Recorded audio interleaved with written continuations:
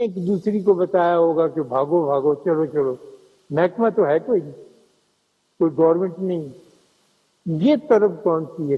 وہ خوشی نصیب لڑکیاں جہاں بھی ہوں گی کیسے کیسے درجات لے کے بیٹھتی ہوئی ہوں، اور انہوں نے لایا اور خوشی منائی، اور جیسے الفاظ ہیں ہم دلوں میں اترتے چلے جاتے تو ان کو روشنی ہی روشنی نظر آ رہی اور خوشیاں ان کے اوپر چلی. وہ کون سا مقام تھا کہ بابا رتن ہندی نے قبول کیا اور سارے دوستوں کو چھوڑ کر اس کھیل کے ریتلے میدان میں وہ اپنی لاٹھی لے کر چل پڑا کہ میں اوتار سے ملوں گا. اور دیکھیے ہے بڑی ایک اس عہد میں پیدا ہوا بندہ تو وہ اس کی خدمت میں حاضر. تو اور بھی ریسرچ کی ہے بہت سے لوگوں نے.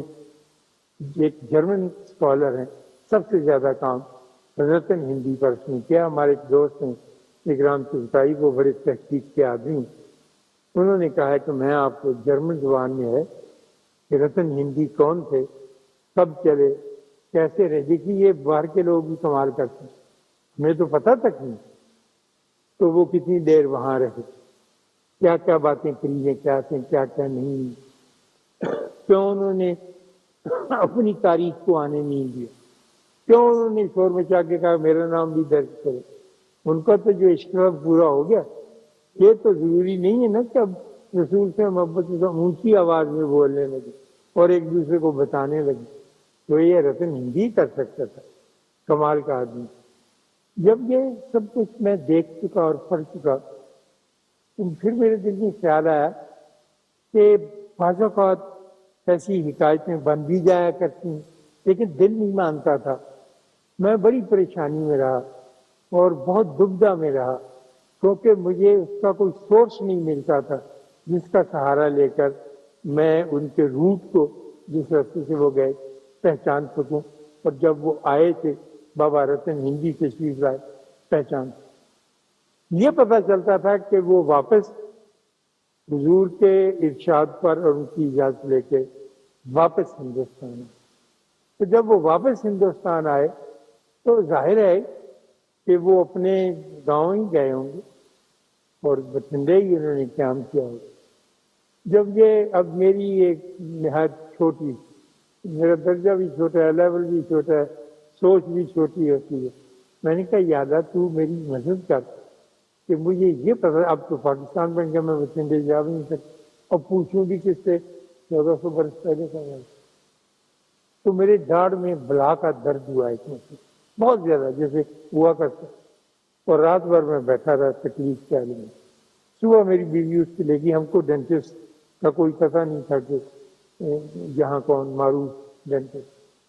وہ گلبرگ میں مجھے ڈاکٹر مسعود کے پاس لے گئی. ان سے ملے، بڑے خوش اخلاق ڈینٹسٹ تھے، بڑے اعلیٰ درجے کے اورل سرجن. ہماری جو کرکٹ ٹیم تھی اس کے ڈاکٹر تھے کہ منہ پہ جو چوٹ لگتی ہے تو پھر ان کے ساتھ دوستی ہوگی، ان سے ملنا ملانا ہو گیا. وہ گھر آتے رہے، ملتے رہے.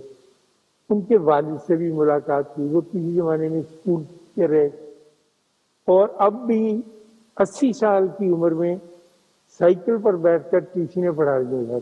اتنے بڑے سرجن کے باپ لیکن ٹیوشنیں پڑھانے جاتے تھے لیکن مفت. کچھ بچے ایسے ان کو پتہ چل گیا کہ میں تمہیں حساب نہیں آتا، جبرے کے بہت اعلیٰ درجے کے تھے. تو میں ان سے کہتا تھا کہ کوئی چھوٹی سی گاڑی چلیں گے. نہیں، مجھ سے سائیکل چلتی ہے حساب دیا، میں ٹھیک جاتا ہوں، انشاءاللہ ٹھیک رہوں گا، آپ گھبرائیں. چنانچہ چلتے. تو ان کی باتوں میں ایک دن انہوں نے بتایا کہ میں کافی سال بٹھنڈا کے گورنمنٹ ہائی اسکول میں ہیڈ ماسٹر رہا.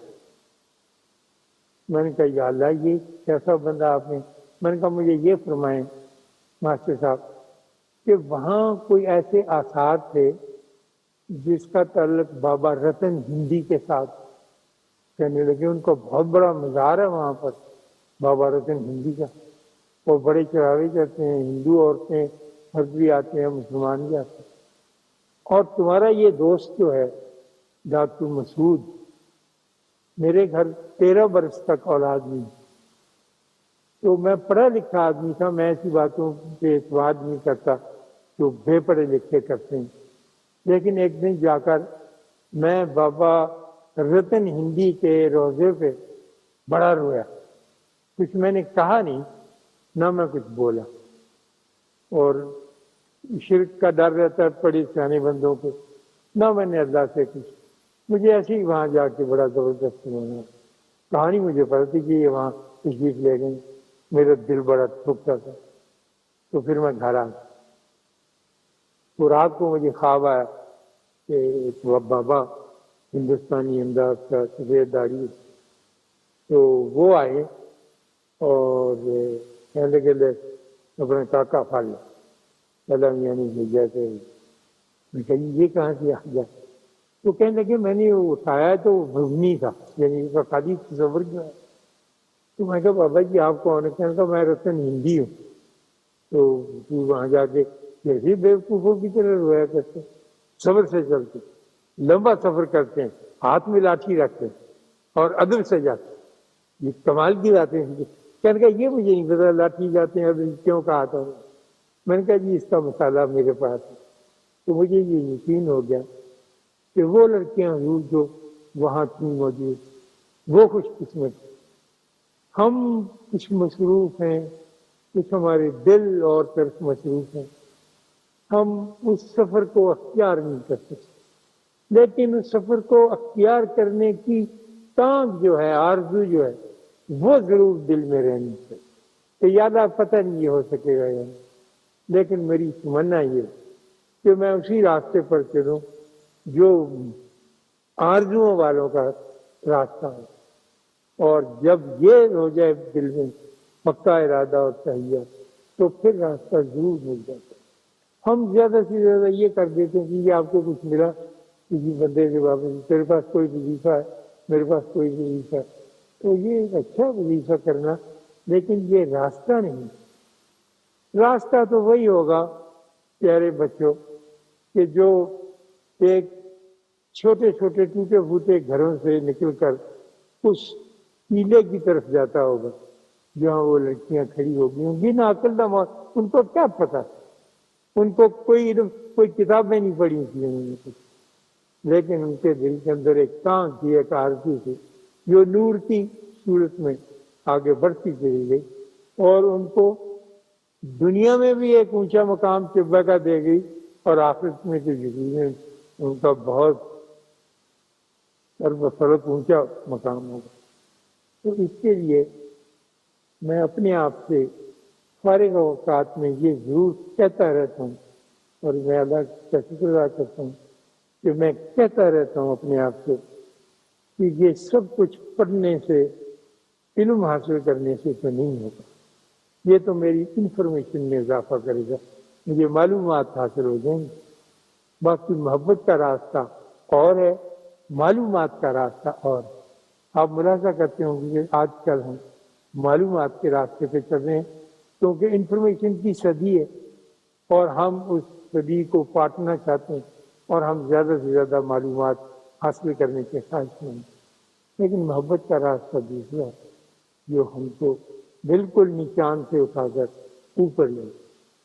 اور محبت کا راستہ حاصل کرنے کے لیے میں اس نتیجے پر پہنچا ہوں کہ اپنے ارد گرد کے لوگوں کے ساتھ سلوک کیا، محبت نہ کی جائے، ان کو کچھ دیا نہ جائے. نبی کریم صلی اللہ علیہ وسلم کہتے ہیں کہ مسکراہٹ بھی ایک صدقہ جاریہ ہے. کبھی کبھی یہی جاری کر دیا کرے، ہنس کے بول پڑو. لیکن ہنسنا ہمارے یہاں مفقود ہو گیا، جیلسی ہوگی یا لڑائی ہوگی، جھگڑے ہو گئے. ہم محبت تو ایک طرف رہی، مسکراہٹ بھی کسی کو ادا نہیں کر سکتے. جناب یہ بہت، حالانکہ اگر آپ کسی کے ساتھ نفرت کا اظہار کرتے، بھوری بٹتے، آپ اپنے ماتھے پہ سلطیں ڈالتے، تو آپ کے چہرے کے 72 مسلز کام کرتے. جب اس میں آپ سے کہوں تو 72 مسلز جو ہے نا، یہ اس وقت ٹینشن میں آئے ہیں. اور اگر میں مسکراؤں تو صرف 2 مسلز، ایک رائٹ ہینڈ سائڈ کا ایک لیفٹ ہینڈ. کتنا آسان کام ہے، لیکن ہو نہیں. مجھے یہ سارے راز معلوم ہیں، لیکن مجھ سے ہو نہیں پاتا.